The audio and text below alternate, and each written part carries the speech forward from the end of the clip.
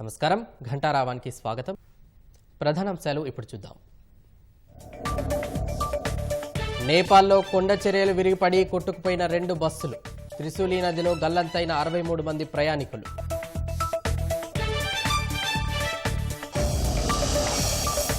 హైదరాబాద్లో మరోసారి కాల్పుల కలకలం. అనుమానితుల గొడ్డలి దాడి యత్నంతో కాల్పులు జరిపిన పోలీసులు.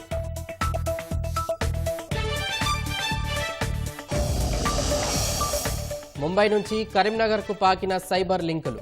బ్యాంకు లావాదేవీల ఆధారంగా ఒకరు అరెస్ట్.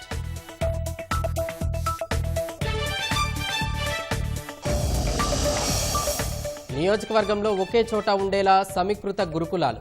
తొలుత 46 భవనాల నిర్మాణానికి సిద్ధమైన సర్కారు.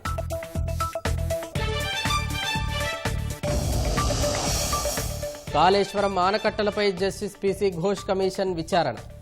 ఉపగుత్తేదారుల పాత్రపైన ఆరా.